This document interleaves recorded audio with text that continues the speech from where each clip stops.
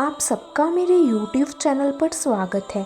आज मैं आपको सोहनी और मेहवाल की दुखंत प्रेम कहानी सुनाने जा रही हूँ। सबसे पहले मेरे YouTube चैनल को सब्सक्राइब और इस वीडियो को ज़्यादा से ज़्यादा लाइक और शेयर करें।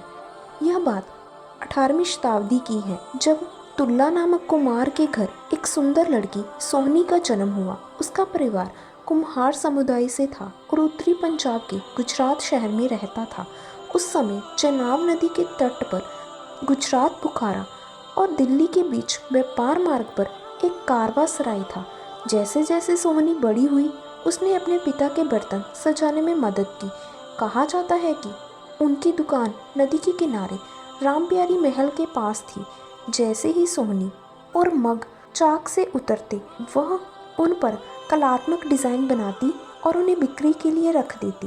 बुखारा का एक अमीर व्यापारी इज्जत बेग व्यापार के सिलसिले में पंजाब आया और गुजरात में रुका। यहाँ उसने दुकान पर सोहनी को देखा और पूरी तरह से उस पर मोहित हो गया। सोहनी की एक झलक पाने के लिए वह हर दिन पानी के घड़े और मग खरीदने लगा। सोहनी भी इज्जत बेग को दिल दे बैठी। आपने अपने कारवा के साथ बुखारा लौटने की बजाय कुलीन इज्जत बेग ने तुल्ला के घर में नौकर की नौकरी कर ली।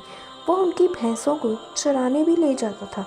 जल्द ही वह मेहवाल के नाम से जाना जाने लगा। सोहनी और मेहवाल के परिवार ने कुम्हार समुदाय में हलचल मचा दी। यह स्वीकार्य नहीं था कि इस समुदाय की बेटी किसी बाहरी व्यक्ति से शादी करे, इसलिए उसके माता पिता ने तुरंत उसकी शादी दूसरे कुम्हार से तय कर दी। जिस दिन कुम्हार की बारात उसके घर पहुंची, सोहनी खुद को असहाय और खोई हुई महसूस कर रही थी। उसे डोली में पति के घर भेज दिया गया।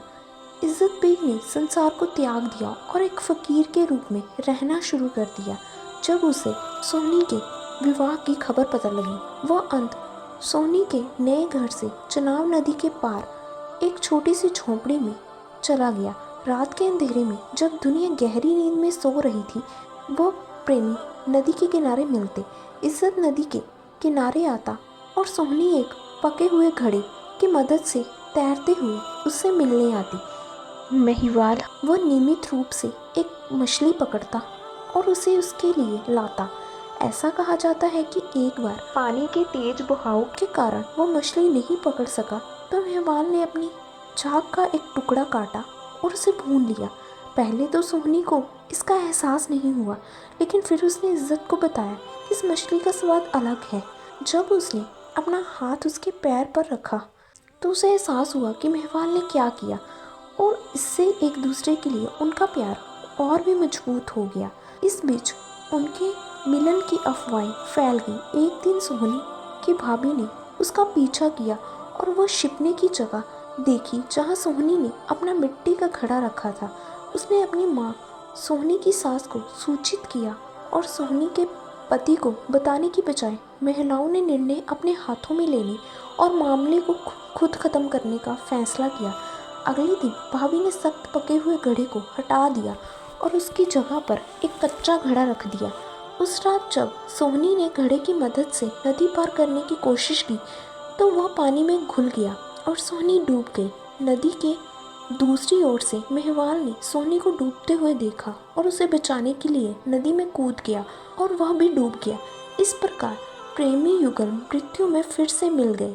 इस तरह से सोहनी मेहवाल की प्रेम कहानी युगों युगों तक अटल हो गई और पंजाब की 4 प्रेम कहानियों में से एक मानी जाने लगी। सोहनी मेहवाल के कई चित्र शोभा सिंह जैसे प्रसिद्ध कलाकारों द्वारा बनाए जाते हैं।